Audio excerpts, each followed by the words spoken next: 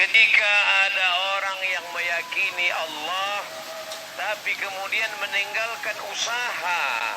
Seorang istri membangunkan suaminya, "Hai suamiku, kenapa engkau tidak pergi bekerja?" Lalu dia pun menjawab, "Allah." Tapi istrinya juga cerdas. Begitu siang datang, perut mulai lapar, cacing keroncongan, dan dia buka tudung saji, hanya terapung yang terlihat hanyalah kosong. Lalu kemudian suami marah, "Hai istriku, kenapa tidak masak?" Allah. Betapa engkau sudah melecehkan Allah. Kenapa? Karena Allah tidak menyuruh engkau berpangku tangan. Harus ada usaha.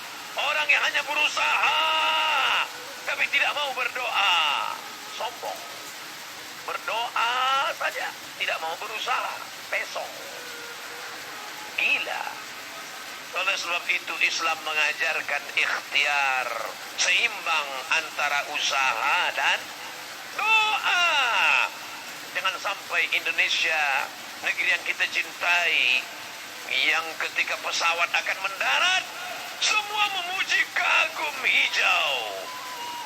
Untayan Zamrud Katulistiwa, gemah ripah loh jenawi, tongkat dan batu jadi tanaman.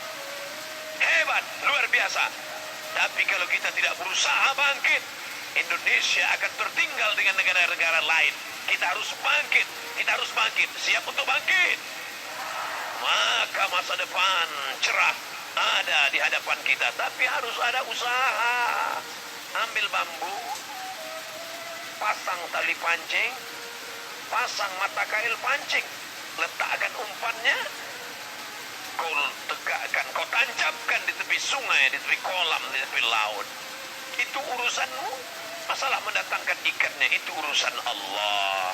Ini sekarang banyak anak muda ketika ditanya, kenapa tidak pasang pancing? Ya kalau ada ikannya, kalau tidak, ikan urusan Allah. Masalah Allah mau kuasa mendatangkan, ya. Innama amruhu iza arada syai'an ayakula lahu kun fayakun. Kalau Allah berkehendak, jangankan ikan tongkol, ikan paus datang. Bukan cuma mata kail pancing yang dipakannya, engkau pun ikut dimakannya sekalian. Lihatlah bagaimana Allah Subhanahu wa ta'ala ketika melihat ada seorang perempuan lemah, tidak berdaya, baru melahirkan anak.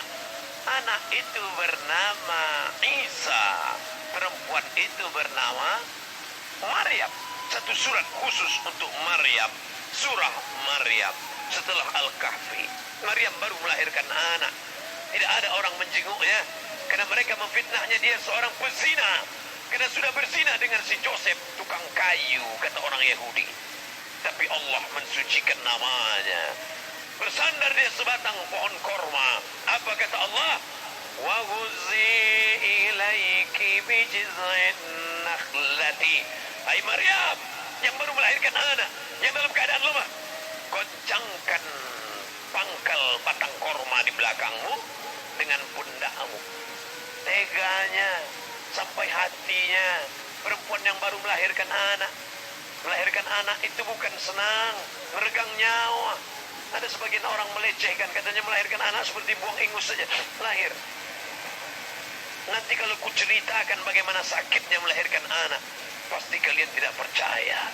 Macam tahu aja Ustaz. Sakit, lemah.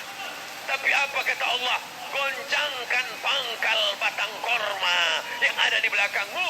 Tusaqit alaiki rutaban janiyya. Akan gugur buah korma. Kalau di Langsa tidak ada pohon korma, cari saja pohon sawit. Sawit dan korma masih sepupu dua pupu. Pulang dari sini, dekati pohon sawit, 5 laki-laki yang gagah perkasa, tolong kau goncang. Kira-kira berondolnya jatuh atau tidak? Tidak. Kenapa Allah memerintahkan Maryam untuk menggoncangkan batang pohon korma? Allah ingin mengajarkan ada usaha.